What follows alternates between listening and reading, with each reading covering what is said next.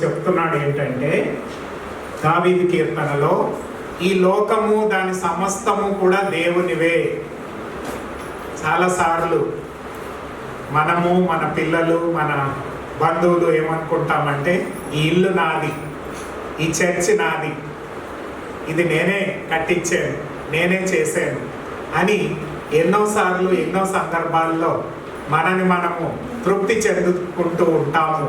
కానీ దేవుని వాక్యము మనకు సెలవిచ్చేది ఏంటంటే ఈ లోకాన్ని సమస్తానికి దేవుడే నాయకుడు, దేవుందే సమస్తము అని దేవుని వాక్యంలో మనం చూస్తాము. మనందరికీ తెలుసు, ఆదాముని దేవుడు సృష్టించినప్పుడు ముందు సమస్తాన్ని సృష్టించాక ఆదామునికి సృష్టించి ఈ యొక్క లోకంలో ఉండే సమస్తాన్ని కూడా ఆదాముకి ఉచితంగా బహుమానంగా ఇచ్చి దాని మీద అధికారాన్ని ఇచ్చాడు.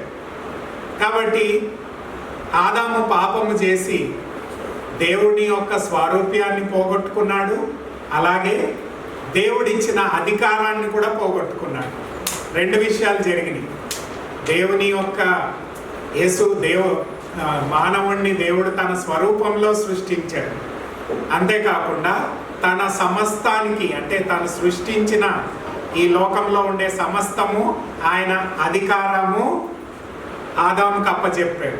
కానీ ఆదాము పాపము చేసి దేవునికి దూరం అయ్యాడు, దేవుడిచ్చిన అధికారాన్ని కూడా కోల్పోయాడు.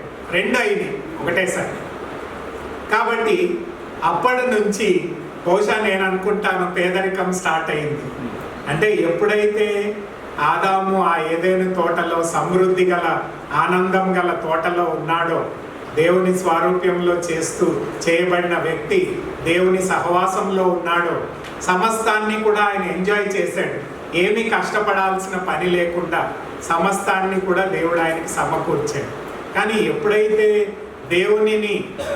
దేవుని ఆజ్ఞకు వ్యతిరేకంగా జీవించాడో, ఎప్పుడైతే పాపం ఆయన జీవితంలో ప్రవేశించిందో దేవునితో సహవాసాన్ని కోల్పోయాడు. ఆ ఏదైనా తోటలో తనకుండే అధికారాన్ని కూడా కోల్పోయాడు. మరి ఈరోజు ఆ యొక్క పాపపు యొక్క ప్రతిఫలమే మనమందరం కూడా అనుభవిస్తున్నాం. అంతే కదా, రోమీయులకు రాసిన గ్రంథం 3:23లో ఏమంటాడు? అందరూ పాపము చేసి దేవుడిచ్చే మహిమను కోల్పోయారు. కాబట్టి దేవుని యొక్క అధికారాన్ని మనం తిరిగి పొందుకోవడానికి, లేకపోతే దేవుని వనరులు మనం తిరిగి పొందుకోవడానికే యేసు ప్రభు నరావతారిగా ఈ లోకానికి వచ్చి మన పాపాల నిమిత్తము ప్రాయశ్చిత బలిగా అర్పించబడి ఆయన ద్వారా మనకి రక్షణను, నీతిని, అంతేకాకుండా ఈ లోకంలో ఉండే సమస్తాన్ని కూడా అంటే తన స్వభావాన్ని కూడా తన స్వభావంతో పాటు తన యొక్క వనరులు కూడా తిరిగి ఇవ్వడానికి ఆయన మనల్ని ఏర్పాటు చేసుకున్నాడు. ఆయన మనల్ని తన స్వాస్థ్యంగా చేసుకున్నాడు. ఎఫెసీ పత్రిక 1వ అధ్యాయంలో మీరు చూస్తారు. అంటే we're the inheritance of God. అంతేకాదు, మనకి కూడా పరలోకంలో స్వాస్థ్యాన్ని ఆయన ఏర్పాటు చేశాడు. కాబట్టి మనము రియలైజ్ అవ్వాల్సింది ఏంటంటే మనకు ఉండేది ఏది కూడా మనది కాదు, కానీ అది దేవునిది అనేది మనం ముందు గుర్తించాలి. ఇంకా మీకు వచనాలు కావాలంటే చెప్తాను. సామెతల కీర్తన 50:12లో కూడా అదే అంశాన్ని చెప్తాడు. కీర్తన 89:11లో కూడా అదే అంశాన్ని చెప్తాడు. పౌలు కూడా 1 కొరింథీ 3వ అధ్యాయం 21-23 వచనాల్లో కూడా అదే అంశాన్ని చెప్తాడు. కాబట్టి ఇది ఏది కూడా లోకంలో ఉన్నది ఏది కూడా మనది కాదు, కానీ అదంతా కూడా దేవునిది అనే విషయాన్ని మనం గుర్తుపెట్టుకోవాలి. రెండో విషయం ఏంటంటే మనం అందరం కూడా స్టూవర్డ్స్. తెలుగులో ఏమంటారండి స్టూవర్డ్స్ని? గృహ నిర్వాహకర్తలు అని చెప్పవచ్చు. అంటే దేవుని గృహాన్ని మనము మేనేజ్ చేయాలి. అంటే దేవుడి యొక్క ధనాన్ని మనము మేనేజ్మెంట్ చేయడానికి దేవుడు మనని ఏర్పాటు చేసుకున్నాడు. కాబట్టి ఈ లోకంలో ఉండే వనరులను దేవుడు మనకి తిరిగి దయచేసి దాని ద్వారా దేవునికి మహిమ తెచ్చే వారంగా ఉండాలి అని చెప్తూ ఏమన్నాడంటే చూడండి, 1 క్రానికల్స్ 1 దినవృత్తాంతములు 29వ అధ్యాయము 12, 13, 14 వచనాల్లో దావీదు మహారాజు చెప్తాడు. ఏమంటాడంటే మేము మీ యొక్క స్టూవర్డ్స్, అంటే నీ యొక్క పొలములో మేము పనిచేయడానికి ఉన్నాము, కానీ మేము ఇది మాది కాదు అని చెప్తాడు. మొదటి దినవృత్తాంతములు 29వ అధ్యాయము 12, 13, 14 వచనాల్లో చెప్తాడు చూడండి. First Chronicles. ఐశ్వర్యమును గొప్పతనమును నీ వలన కలుగును, నీవు సమస్తమును ఏలువాడవు, పరాక్రమమును హెచ్చించువాడవు, అందరికీ వరమిచ్చువాడవు నీవే. మా దేవా, నీకు కృతజ్ఞతాస్తుతులు చెల్లించుచున్నాము, ప్రభావం గల నీ నామమును కొనియాడుచున్నాము. చాలు బ్రదర్. అక్కడ చూసినట్లయితే దావీదు ఏమంటున్నాడంటే, ఈ లోకంలో ఉండే సమస్తము కూడా దేవునిదే, కానీ దేవుడు మనకి వాటిని అప్పచెప్పాడు కాబట్టి మన యొక్క కర్తవ్యంలో మనము దేవునికి భయభక్తులు కలిగి దేవుడు మనకు అప్పచెప్పింది సరిగా చేయాలి అని దేవుడు మనని ఏర్పాటు చేసుకున్నాడు. మనందరికీ తెలుసు, దావీదు ఒక గొర్రెల కాపరిగా ఉన్నాడు. అయితే దేవుడు తనని ఒక రాజుగా ఏర్పాటు చేసుకోవాలని సమూయేలు ప్రవక్తను వాళ్ళ తండ్రి గారి ఇంటికి పంపించి ఆయనని ఇశ్రాయేలు దేశపు రాజుగా ఉండడానికి అభిషేకింపబడ్డాడు. చూడండి, ఒక చిన్న గొర్రెల కాపరిని ఒక పెద్ద రాజుగా ఏర్పాటు చేసుకున్నాడు. అందుకనే కీర్తన 8వ అధ్యాయంలో అంటాడు, మానవుడు ఏ పాటి వాడు. కీర్తన 8లో అంటాడు, ఏమంటాడంటే 4వ కీర్తన 8, నీవు మనుషుని జ్ఞాపకం చేసుకొనుటకు, నీవు మనుష్యుడు జ్ఞాపకం చేసుకొనుటకు వాడు ఏ పాటి వాడు. నరపుత్రుని దర్శించుటకు వాడు ఏ పాటి వాడు. చూడండి, దేవునికి మనం లెక్క అప్పచెప్పాలి. మనకి ఉండే ఫైనాన్సెస్ లో ప్రతిదీ కూడా సమస్తము దేవునిది, ఫస్ట్ థింగ్. రెండవది ఏంటంటే, దేవుడు మనకు అప్పచెప్పిన ఫైనాన్సెస్ కావచ్చు, బాధ్యతలు కావచ్చు, మనము దేవుని వాక్యానుసారంగా అది నెరవేర్చాలని దేవుడు మనల్ని ఏర్పాటు చేసుకున్నాడు. కాబట్టి ఇశ్రాయేలు దేశానికి రాజుగా ఉండే దావీదు దీనిని గుర్తించడమే కాకుండా, దేవా ఇదంతా కూడా మీదే, కానీ నీవు నాకు అనుగ్రహించింది నేను నమ్మకంగా చేయడానికి నాకు సహాయం చేయమని ఆయన ప్రార్థన చేస్తున్నాడు. కాబట్టి ప్రియమైన దేవుని బిడ్డలారా, మనకి ఇచ్చిన ఫైనాన్సెస్లో మనము దేవునికి యథార్థంగా నమ్మకంగా ఉండాలి అని దేవుని వాక్యం మనకు బోధిస్తుంది. ఈ ఫైనాన్స్ ఎక్కడి నుంచి వస్తుంది అని మనం ఒకవేళ తెలుసుకున్నట్లయితే అది దేవుని నుంచి వస్తుంది అనే విషయాన్ని మనం మర్చిపోకూడదు. మన నుంచి రాదు. చాలాసార్లు మనం ఏమనుకుంటామంటే, మన ద్వారానే, మనం కష్టపడితేనే, మనం చేసుకుంటేనే వస్తుంది అని మనం అనుకుంటాం. కానీ దేవుని ద్వారా వస్తుంది అని దేవుని వాక్యం చెప్తుంది. ఒకవేళ దేవునికి నీవు విధేయత చూపిస్తే, దేవుని వాక్యానికి విధేయత చూపిస్తే, తప్పకుండా దేవుడు నీకు కావలసిన వనరులు ఆయన దయచేయగలడని దేవుని వాక్యంలో మనం చూస్తున్నాము. చూడండి, కీర్తన 128 మొదటి 2 వచనాల్లో మనం చూస్తాం. చూడండి, కీర్తన 128 మొదటి 2 వచనాలు. యెహోవా యందు భయభక్తులు కలిగి ఆయన త్రోవ యందు నడుచువారందరూ ధన్యులు. నిశ్చయముగా నీ చేతుల కష్టార్జితమును నీవు అనుభవించదవు. నీవు ధన్యుడు, నీకు మేలు కలుగును. నీ లోవట నీ భార్య ఫలించు ద్రాక్షావళి వలె ఉండును. నీ భోజనము బల్ల చుట్టూ నీ పిల్లలు ఒలేవ మొక్కల వలె ఉండును. ఇక్కడ 3 విషయాలు గమనించాలి మీరు. దేవుని యందు విశ్వాసం ఉంచే విశ్వాసికి, దేవుని వాక్యానికి విధేయత చూపించే విశ్వాసికి, కష్టపడి పనిచేసే విశ్వాసికి దేవుడు ప్రతిఫలాన్ని అనుగ్రహిస్తాడు. ఈ 3 విషయాలు మనం మర్చిపోకూడదు. మనం ఏమనుకుంటామంటే, అన్ని మనము ఏం చేయకుండానే మనకు వచ్చేయాలని అనుకుంటాం. కానీ కీర్తనాకారుడు చెప్తున్నాడు, నిశ్చయంగా నీ కష్టార్జితమును నీవు అనుభవిస్తావు. అంటే నీవు కష్టపడినప్పుడు, దేవుని యందు విశ్వాసం ఉంచినప్పుడు, ఆయన యందు భయభక్తులు ఉన్నప్పుడు, ఆయన వాక్యానికి విధేయత చూపించినప్పుడు దేవుడు నీ కష్టార్జితాన్ని ఆశీర్వదించి నీ భార్య ఏమవుతుంది? ఫలించు ద్రాక్షవల్లిగా ఉంటది, నీ పిల్లలు ఒలీవ మొక్కల వలె ఉంటారు అని దేవుని వాక్యం చెప్తుంది. కాబట్టి దేవుని ఈ లోకం అంతా కూడా దేవుంది. అంతేకాకుండా దేవుడు మనకి ఆ లోకంలో కొన్ని బాధ్యతలను అప్పచెప్పాడు. ఆ బాధ్యతల్లో మనం కష్టపడి పనిచేయాలి, దేవునికి నమ్మకంగా ఉండాలి, దేవునికి విధేయత చూపించాలి. అప్పుడు దేవుడు మన కష్టార్జితాన్ని ఆశీర్వదిస్తాను అని చెప్తాడు. చాలామంది బాగా డబ్బు సంపాదిస్తారు కానీ వాళ్ళ ఇంట్లో సంతోషం సమాధానం ఉండదు. బాగా అన్నీ చేర్చుకుంటారు కానీ వాళ్ళకి ఎటువంటి బెనిఫిట్స్ జరగకుండా ఉంటుంది. డబ్బు ఉన్నంత మాత్రాన మనం సంతోషంగా ఉంటామనేది వాక్యం చెప్పట్లేదు.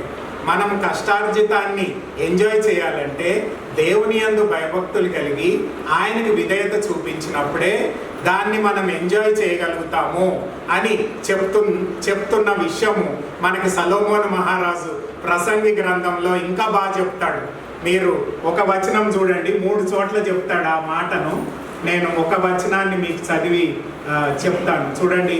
ప్రసంగి గ్రంథం 2వ అధ్యాయం 24వ వచనంలో చెప్తాడు, 3వ అధ్యాయం 13వ వచనంలో చెప్తాడు, 5వ అధ్యాయం 19వ వచనంలో కూడా చెప్తాడు.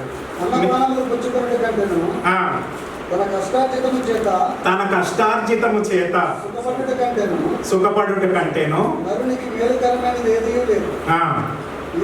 దేవుని వలన కలుగునని నేను తెలుసుకుంటుని. దేవుని వలన కలుగునని తెలుసుకుంటుని. సొలొమోను మహారాజు చాలా గొప్పవాడు అయ్యాడు కదా, మనందరికీ తెలుసు. పెద్ద ప్యాలెసెస్ కట్టుకున్నాడు, పెద్ద పెద్ద రథాలను గోల్డంతా క్యావెలరీని సంపాదించుకున్నాడు, చాలా బిల్డింగ్స్ కట్టాడు, చాలా వనరులను సంపాదించుకున్నాడు. ఆ చుట్టూ ఉన్న రాజులందరూ కూడా ఆయనకు రకరకాల గిఫ్ట్స్ ఇచ్చారు. ఇవన్నీ పొందుకున్న సొలొమోను ఏమంటాడంటే, ఇవన్నీ కూడా నేను పొందుకున్నాను కానీ దానివల్ల నాకు లాభము సంతోషము కలగట్లేదు. కానీ ఎవరైతే కష్టార్జితము దేవుని ద్వారా వరంగా పొందుకుంటారో వాళ్ళే ధన్యులు, వాళ్ళని దేవుడు తృప్తిపరుస్తాడు అనే విషయాన్ని ఈ ప్రసంగి గ్రంథం అంతా కూడా రాస్తాడు. కాబట్టి మన సొంత జ్ఞానం కానీ మన సొంత కష్టం వలన కాదు, కానీ దేవుని ద్వారా, దేవునికి విధేయత చూపించడం ద్వారా, ఒబీడియన్స్ చూపించడం ద్వారా దేవుడు మనకి మన కష్టార్జితాన్ని దీవించి అభివృద్ధి పరుస్తాడు అని దేవుని వాక్యంలో చెప్పడానికి దేవుని వరము అది అని మనం గుర్తు చేసుకోవాలి. ఒక చిన్న విషయాన్ని నా జీవితంలో కూడా చెప్తాను. మరి మీకు చెప్తున్నప్పుడు నాది కూడా చెప్పాలి కదా. ఒక చిన్న ప్లాట్ మేము, అది ఎక్కడంటే చాలా దూరం, అవుట్ స్టేషన్ అనుకోండి, మన కుత్బుల్లాపూర్ దాటేకి ఇంకా ముందుకి ఎప్పుడో ఒక 1000 రూపాయలు పెట్టి, ఒక 1500 పెట్టి ఒక 300 గజాలు అది కొని కూడా చాలా కాలం అయింది. అది కూడా దాని గురించి మర్చిపోయాను. అయితే అది కొంతమంది అన్యులు ఆక్రమించుకొని దానికి ఏదో ప్రాబ్లమ్స్ చేస్తూ ఉంటే మా యొక్క ఫ్రెండ్ ఉండేవాడు, నాన్ క్రిస్టియనే, హిందూనే, ఆయన నేను కలిసి కొనుక్కున్నాము.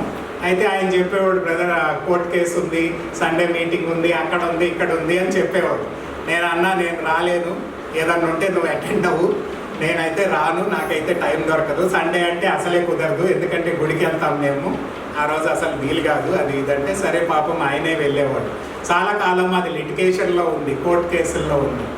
తర్వాత కొంతకాలం అయింది, ఇక సరే మా పాపకు మ్యారేజ్ చేయాలని అనుకున్నాము.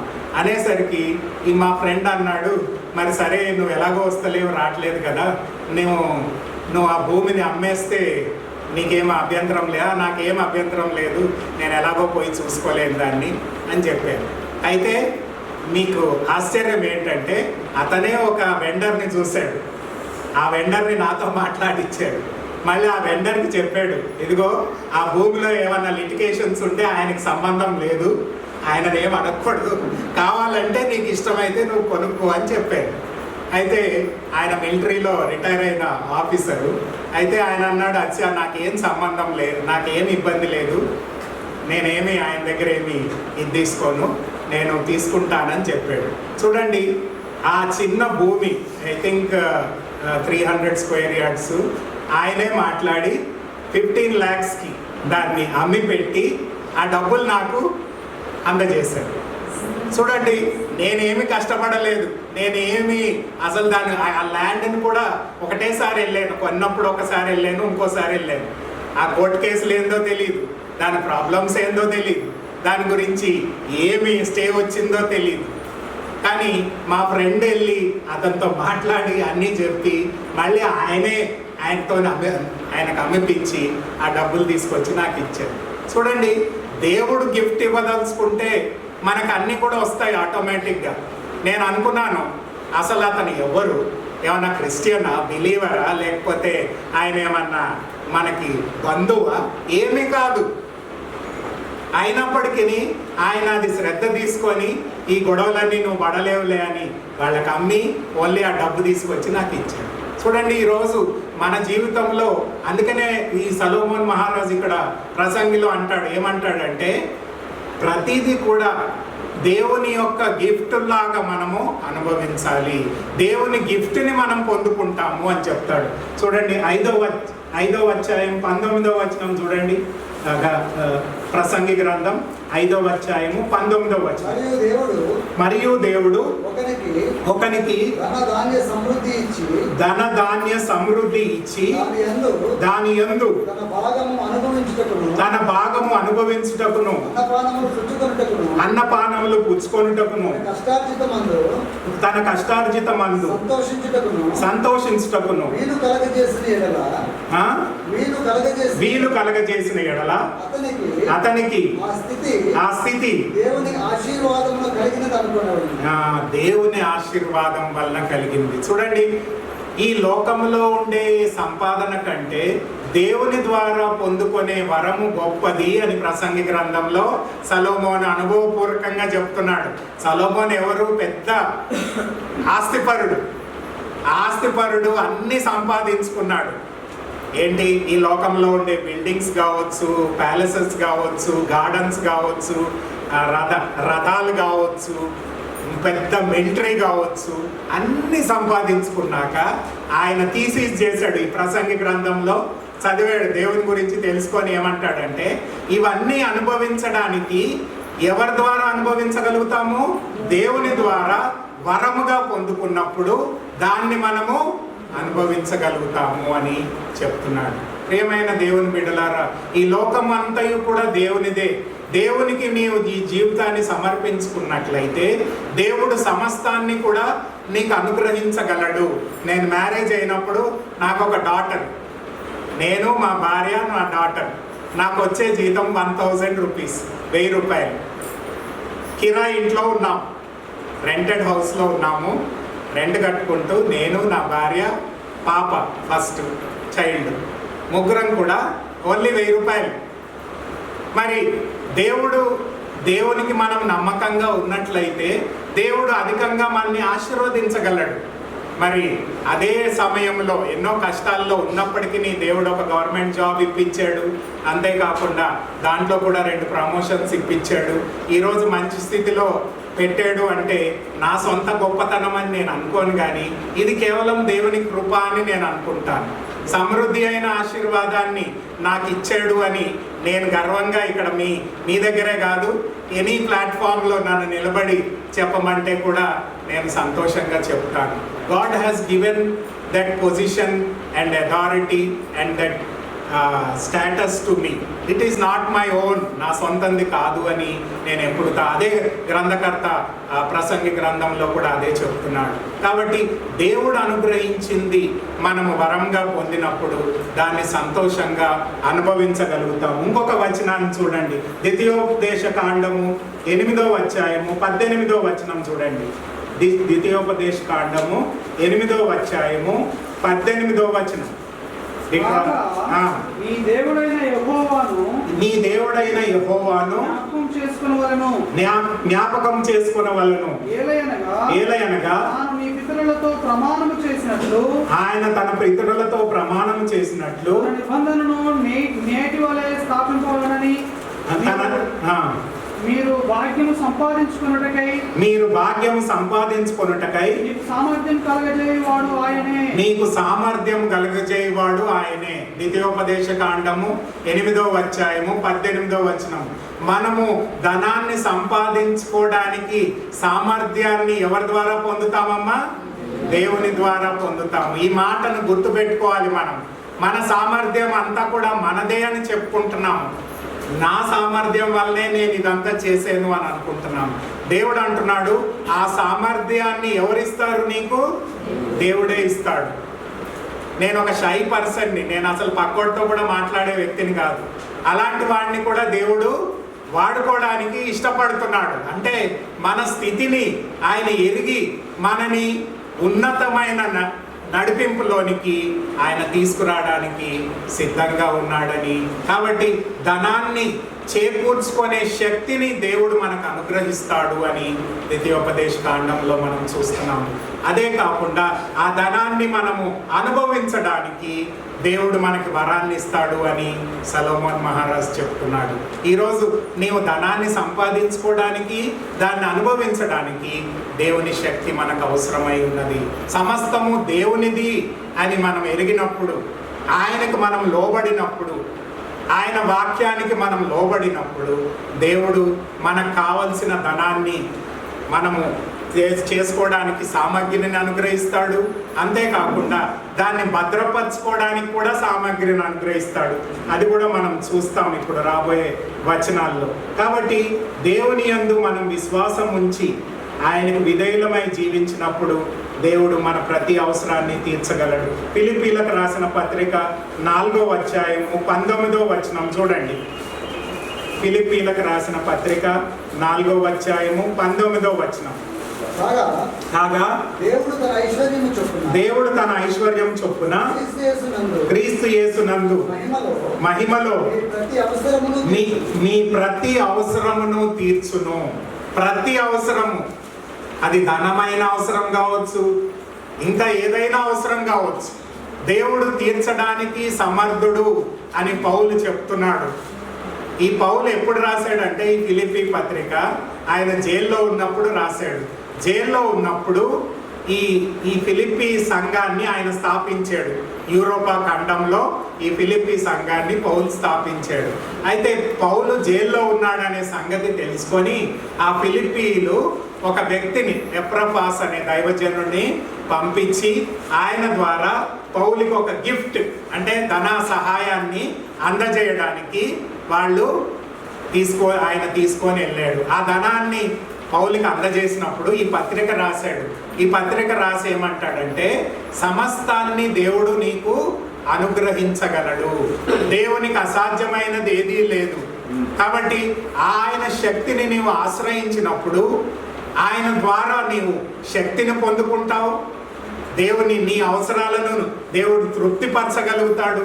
నీ అవసరాలన్నీ కూడా ఆయన నెరవేర్చగలుగుతాడు అని దేవుని వాక్యంలో పౌలు మనకు గుర్తు చేస్తున్నాడు. ప్రియమైన దేవుని బిడ్డలారా, ఈరోజు చాలామంది ఆర్థిక ఇబ్బందుల్లో ఉన్న క్రైస్తవులకి మనం చూస్తున్నాము. అనేక అప్పుల్లో వాళ్ళ సతమతం అవుతున్నట్టు మనం చూస్తున్నాము. ఈరోజు మనము క్రీస్తు యేసు ద్వారా మనం సమస్తాన్ని పొందుకోగలమని పౌలు చెప్తున్నాడు. మరి అంతేకాకుండా ధనాన్ని మనం పెంపొందించుకోవడానికి దేవుడి శక్తిని, వరాన్ని అనుగ్రహిస్తాడు అని కూడా చెప్తున్నాడు. కాబట్టి మనము దేవుని యొక్క ఆధారం చేసుకొని మనం చేసినట్లయితే దేవుడు తప్పకుండా మన యొక్క ప్రతి అవసరాన్ని తీర్చగలడు అని దేవుని వాక్యం మనకు బోధిస్తుంది. మలాకీ గ్రంథము 3వ అధ్యాయము 8-9 వచనాలు చూద్దాం. మలాకీ గ్రంథము 3వ అధ్యాయము 8-9 వచనాలు. మానవుడు దేవుని యొద్ద దొంగిలియునా? అయితే మీరు నా యొద్ద దొంగిలిస్తిరి. దేని విషయంలో? మేము నీ యొద్ద దొంగిలిత్తిమని మీరందరూ 10వ భాగమును ప్రతిష్టార్పణలను ఇయ్యక దొంగిలిస్తిరి. చూడండి, దేవుడు ఇక్కడ ఏం కోరుతున్నాడంటే, చాలా మంది క్రైస్తవులు, ఒక పాస్టర్ గారు నాకు చెప్పాడు ఏమనంటే, నేను మెసేజ్ ఇచ్చి ఇంటికి వెళ్ళాను, కొద్దిసేపు ఇట్లా పడుకున్నానేమో, ఫోన్ చేశాడు, ఫోన్ చేసి అన్నాడు ఏంటంటే, బ్రదర్ మీరేమనుకోకపోతే ఒకటి చెప్తాను అన్నాడు. సరే చెప్పయ్యా ఏంటిదని అన్నా. అంటే బ్రదర్ మా చర్చ్లో ఎవరు కూడా 10వ భాగం ఇవ్వట్లేదు బ్రదర్ అని చెప్పాడు. అయితే మీరే చేయండి బ్రదర్, మీరే ప్రార్థన చేయండి, మీరే దైవజనుడు, నేను చెప్తే బాగోదు, నేను ఒక అవుట్ సైడర్ని, నేను చెప్పి 10వ భాగం ఇవ్వండి అంటే చెప్తే బాగోదు, మీరే వాక్యాన్ని బేస్ చేసుకొని చెప్పండి అని చెప్పిన. చూడండి ఇక్కడ మలాకీ గ్రంథంలో ఏముందంటే, దేవునికి ఇవ్వాల్సింది మనం ఇవ్వకుండా చాలాసార్లు మనం ఏమనుకుంటామంటే గొప్పోళ్ళే ఇస్తారు అని అనుకుంటాం. పేదోళ్ళు లేకపోతే సామాన్యులు ఇవ్వలేరు. ఆ పేద విధవరాలు 2 కాసులు తీసుకెళ్ళి ఎక్కడేసిందమ్మా?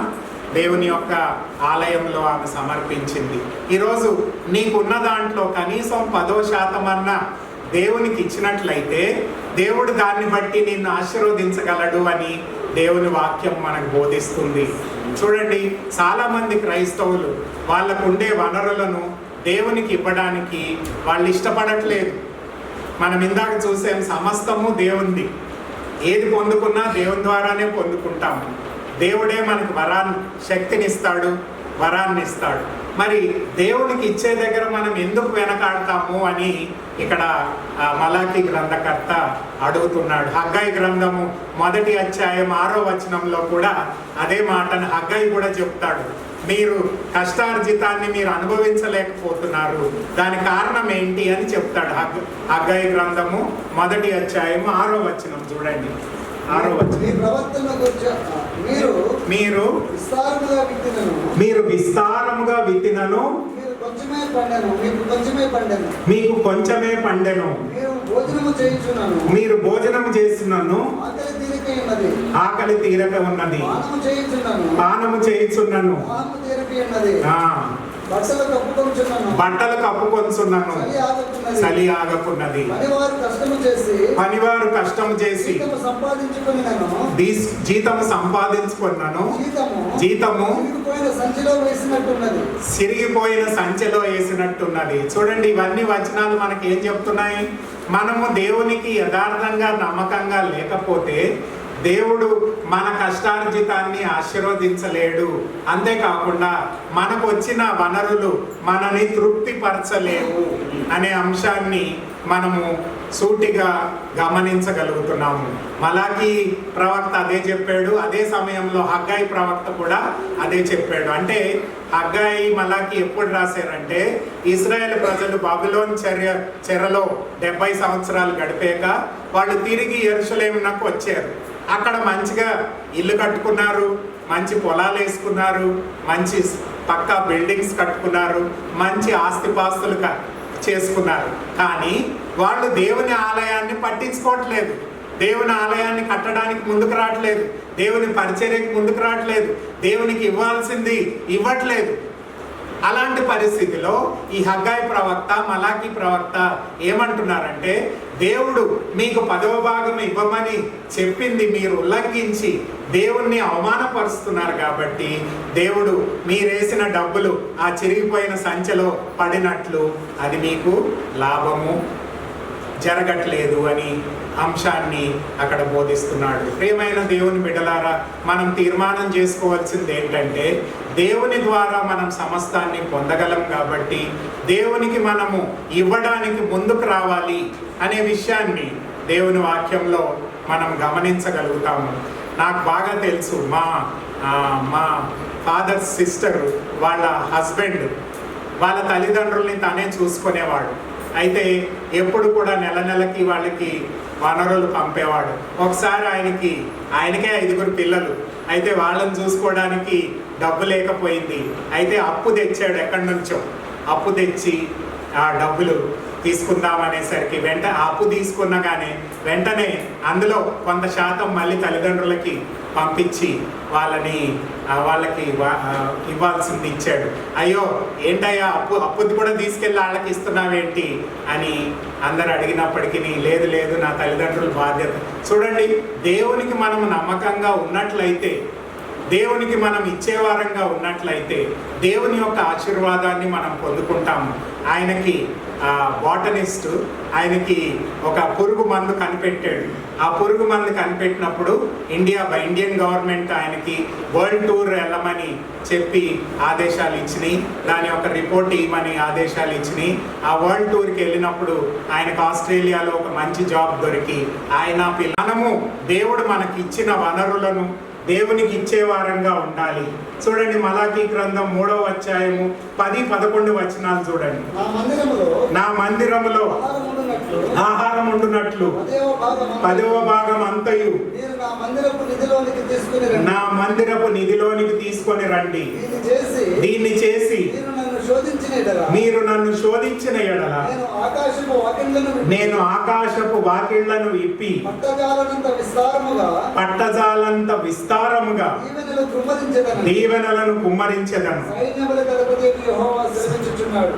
చూడండి, ఇక్కడ ఎంత తేటగా చెప్తున్నాడంటే, మలాకీ గ్రంథంలో ప్రవక్త ఏమంటున్నాడంటే, మీరు దేవునికి ఒకవేళ 10వ భాగం ఇచ్చి ఒకవేళ దేవుణ్ణి మీరు టెస్ట్ చేసినట్లయితే, చాలామంది బ్రదర్ ఇప్పుడు నువ్వు చెప్పావు కదా, నేను ఈ పని చేసి చూస్తా, పని చేసి చూడండి, అదే దేవుడు చెప్తున్నాడు.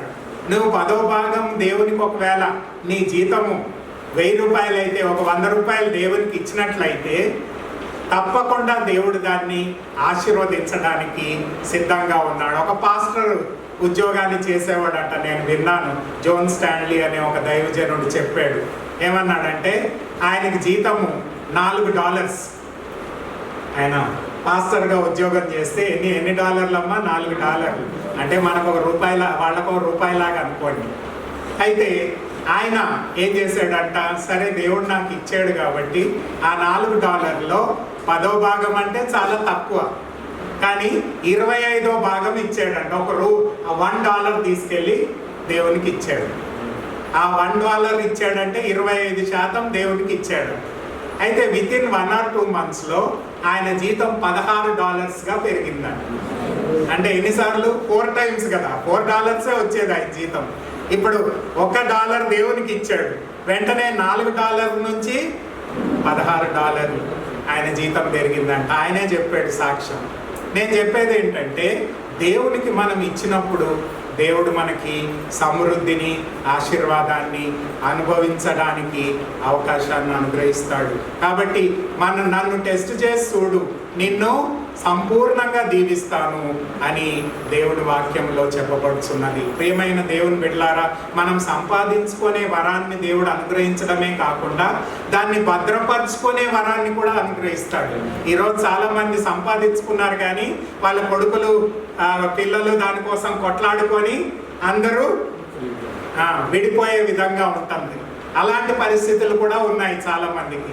అంటే డబ్బులు ఉన్నాయి కానీ వాళ్ళకి సమాధానం లేదు. అంటే వాళ్ళు ఇతరులు వాళ్ళని పీడిస్తూ ఉంటారు దానికోసం. ప్రియమైన దేవుని బిడ్డలారా, మనం సంపాదించుకోవాలి, అనుభవించాలి, మరి అంతేకాకుండా దాన్ని దేవుడు భద్రపరచగలడు అని దేవుని వాక్యంలో దేవుని స్పష్టంగా మనకు తెలియపరుస్తున్నాడు. చూడండి, మలాకీ గ్రంథం 3:12 చదవండి. మలాకీ గ్రంథం 3వ అధ్యాయం 12వ వచనం. ఆనందకరమైన దేశంలో మీరు నివసింతురు కనుక అన్యజనులందరూ మీరు ధన్యులందురని. అంటే గాడ్స్ బ్లెస్సింగ్ మీ మీద ఉంటది అని చెప్తున్నాడు. ఎప్పుడైతే దేవునికి ఇవ్వడానికి మనం ముందుకు వస్తామో అప్పుడు దేవుడు నిన్ను ఆశీర్వదించి సమృద్ధిని అనుగ్రహించి ఆయన ద్వారా నీవు ఆశీర్వదింపబడేవాడవుగా ఉంటావు. 2 కొరింథీయులకు రాసిన గ్రంథం 9వ అధ్యాయం 8వ వచనం కూడా చూడండి. 2 Corinthians 9th chapter 8th verse. మరియు అన్నిటి యందు ఎల్లప్పుడూ మీలో మీరు సర్వ సమృద్ధి గలవారై ఉత్తమమైన ప్రతి కార్యము చేయుటకు దేవుడు మీ ఎడల సమస్త విధములైన కృపను విస్తరింపజేయగలడు. ఇందు విషయమై అతని నీతి నిరంతరము నిలుచున్నది రాయబడి ఉంది. చూడండి, దేవుని యొక్క ఆశీర్వాదాన్ని పొందుకున్న వారు సమృద్ధిని పొందుకుంటారు, దేవుని యొక్క వనరులు పొందుకుంటారు, దేవుని యొక్క భద్రతను పొందుకుంటారు, దేవుని యొక్క ఆశీర్వాదాన్ని పొందుకుంటారు. అంతేకాకుండా దేవుడు వాటిలన్నింటినీ కూడా భద్రపరచడానికి సహాయం చేస్తాడు. ఇదంతా కూడా దేవుని వాక్యంలో ఉంది. కానీ ప్రాముఖ్యమైన విషయము 1 తిమోతి పత్రికలో మనం చూడాలి. 1 తిమోతి పత్రిక 6వ అధ్యాయము 6 నుంచి 10 వచనాల్లో అసలు మనం ధనాన్ని ఎలాంటి దృక్పథంతో చూడాలి అనే అంశాన్ని చెప్తున్నాడు. 1 తిమోతి 6వ అధ్యాయము 6 నుంచి 10 వచనాలు. సంతుష్టి సహితమైన దైవభక్తి గొప్ప లాభ సాధకమైనది. మనం ఈ లోకములోనికి ఏమీ తేలేదు, దీనిలో నుండి ఏమీ తీసుకుని పోలేము. కాగా అన్న వస్త్రముల గలవారమై ఉండి వాటితో తృప్తి పొంది ఉందుము. అక్కడ చూడండి బ్రదర్, ఏమని ఉందంటే కంటెంట్మెంట్, తృప్తిని కలిగిన జీవించే జీవితం కావాలి. చాలా మంది ఏమనుకుంటారంటే, అయ్యో నాకు ఇది ఉంది కదా, ఇంకా ఇది ఉంటే బాగుండు, నాకు ఈ కారు ఉంది కదా, ఈ కారుకి బదులు ఆ కారు ఉంటే బాగుండు, నాకు ఈ నెక్లెస్ ఉంది కదా, ఈ నెక్లెస్కి బదులు ఆమె వేసుకున్న ఆ నెక్లెస్ ఉంటే బాగుండు. అంటే we're not satisfied with what God is giving us. We want more, ఇంకా అధికంగా కావాలి. ఇందాక నేను చెప్పాను, ఫిలిప్పీ సంఘము పౌలుకి గిఫ్ట్ పంపించారని. పౌలు ఏమంటాడు తెలుసా? నేను కష్టంలో ఉన్నా, శ్రమలో ఉన్నా, అన్ని పరిస్థితుల్లో దేవుని యందు తృప్తిగా ఉండడానికి నేను ఇష్టపడుతున్నాను అని చెప్తున్నాడు. అంటే మీరు గిఫ్ట్ పంపించారని మీకేదో నేను థ్యాంక్స్ చెప్పట్లేదు, కానీ మీరు గిఫ్ట్ పంపించకపోయినా కానీ నేను తృప్తిగా ఉండగలను.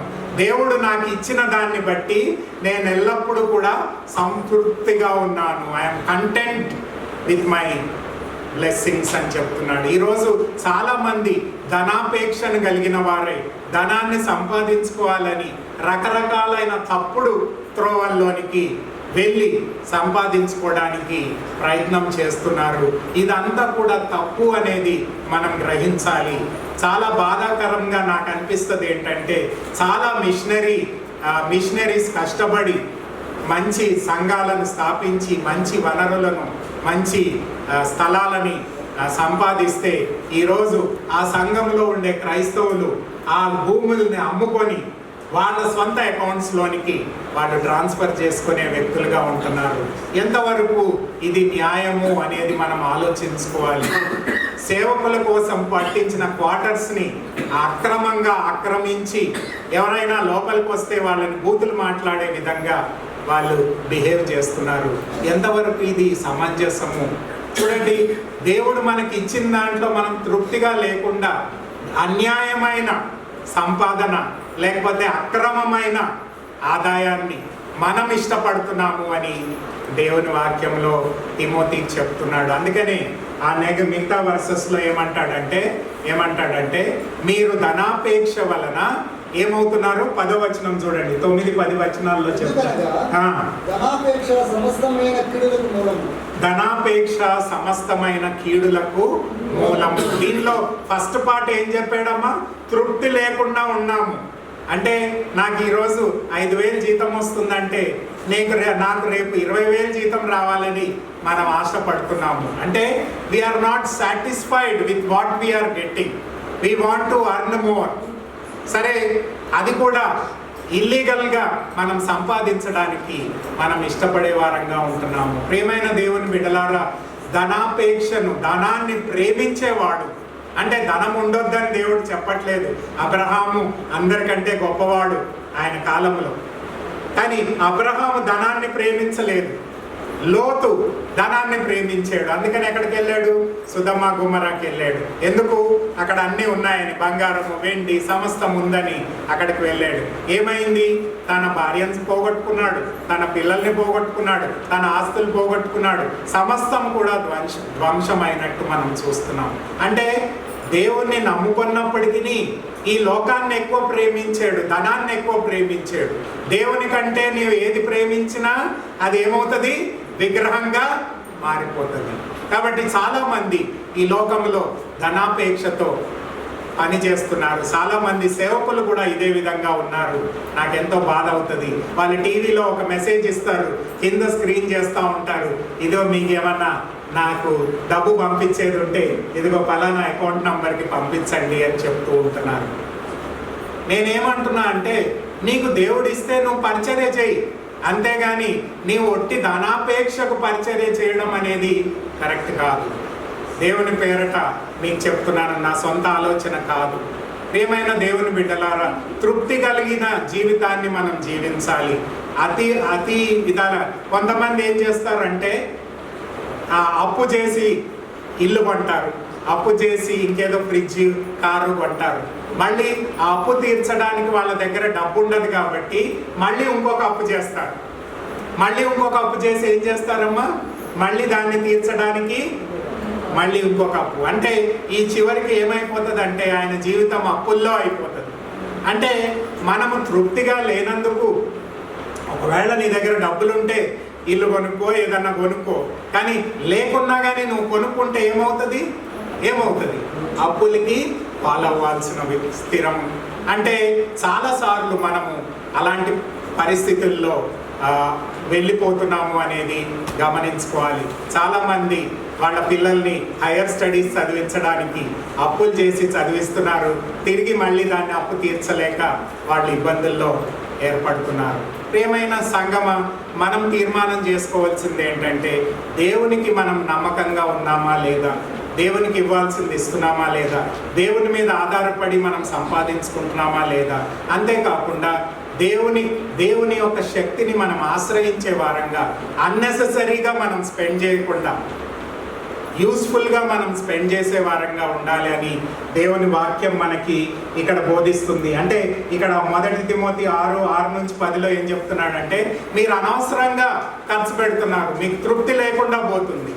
అందుకనే మీరు ఏమవుతున్నారంటే, ఆ తృప్తి లేనందుకు మీరు ఇంకా డబ్బు సంపాదించాలని ప్రయాసపడేవారుగా ఉంటున్నారు. ప్రియమైన దేవుని బిడ్డలారా, ఈ వాక్యాలు మనకి ఆధారం చేసుకొని మనం దేవుని బిడ్డలంగా, దేవునికి సాక్షులంగా, దేవుడు మనకి ఇస్తాడు అనే నమ్మకంతో దేవుని మీద ఆధారపడే వ్యక్తులంగా మనకు ఇచ్చిన వనరులను మనం క్రమంగా, అంటే బ్యాలెన్స్డ్గా ఉపయోగించడానికి, వైజ్గా ఉపయోగించుకోవడానికి దేవుడు మనకి జ్ఞానాన్ని వాక్యంలో చూపిస్తున్నాడు. కాబట్టి అలాంటి జ్ఞానాన్ని మనం పొందుకున్న వారమై మనము చేసింది ప్రతిదీ కూడా దేవునికి లెక్క అప్పచెప్పాలి. హీబ్రూలకు రాసిన పత్రిక 4వ అధ్యాయము 13వ వచనం చూడండి ఒక్కసారి. హీబ్రూలకు రాసిన పత్రిక 4వ అధ్యాయము 13వ వచనం. మరియు ఆయనకు దృష్టికి కనబడింది దుష్టము ఏదియూ లేదు, మనకి ఎవరికి అప్పచెప్పవలసి ఉన్నదో ఆ దేవుని కనులకు సమస్తమును మరుగులేక తేటగా ఉన్నది. ప్రియమైన సంగమ, మనం జాగ్రత్త పడాలి అని దేవుని వాక్యం చెప్తుంది. దేవుడు మనకి ఇచ్చిన వనరులని దేవునికి ఉపయోగించాలని చెప్తుంది. దేవుని ఇచ్చిన వనరులను దేవునికి మనం సమర్పించే వారంగా ఉండాలని చెప్తుంది. అంతేకాకుండా దేవుడు మనకి ఇచ్చిన వనరులను మనం జ్ఞానయుక్తంగా, ఉపయోగకరంగా స్పెండ్ చేయడానికి యూజ్ చేయాలి అని దేవుని వాక్యం మనకి స్పష్టంగా చెప్తుంది. అనవసరమైన వాటికి మనం స్పెండ్ చేయకుండా అవసరమైన వాటికి మనం స్పెండ్ చేసినప్పుడు దేవుడు మన ధనాన్ని, మన యొక్క సమస్తాన్ని కూడా ఆయన ఆశీర్వదించగలిగిన దేవుడై ఉంటాడు. అంతేకాకుండా మన ద్వారా తన ఉద్దేశాలని సంపూర్ణంగా ఈ లోకంలో నెరవేరుస్తాడు. చూడండి, ఈ రోజుల్లో అన్ని సంఘాలు వాళ్ళ 10వ భాగం ఒకవేళ చర్చ్కి ఇచ్చినట్లయితే సంఘాల్లో ఏ కొదువో ఉండదండి. మనం ఏ ల్యాండ్ అమ్ముకోవాల్సిన పని లేదు. మనం ఏ ఒక బిల్డింగ్ ప్రాజెక్ట్కి ఎవరినో డబ్బులు ఇవ్వమని అడిగే పని లేదు. God will give everything what ever we want. ఒక చిన్న సంఘానికి మన సండే వెళ్ళాను. చాలా రిమోట్ ప్లేస్లో ఉంది ఆ సంఘం. వెళ్ళాను, చూశాను. చాలా బ్యూటిఫుల్గా కట్టాడు ఆ సంఘాన్ని.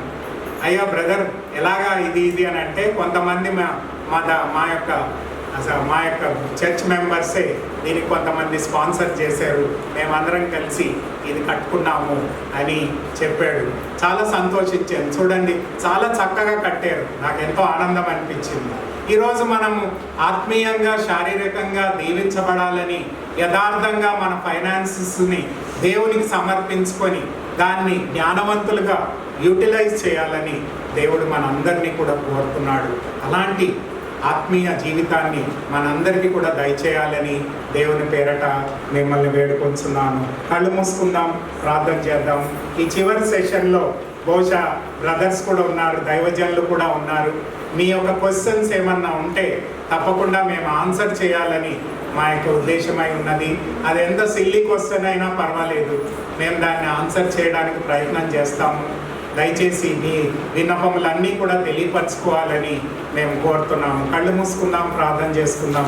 దయగలిగిన ప్రభువా, ఈ మధ్యాహ్నకాల సమయంలో మీ వాక్యాన్ని మేము ధ్యానించి ఉండగా ప్రభువా, సమస్తము మీవై ఉన్నాయి కనుక మీ ద్వారా మేము సమస్తము పొందుకోగలము.